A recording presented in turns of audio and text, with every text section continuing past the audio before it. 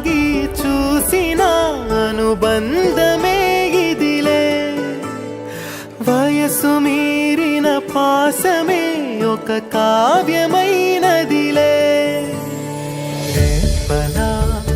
ఎప్పుడు కంటి పాపగ కాచులే రేపునా మాపునా చంటి పాపగ చూచులే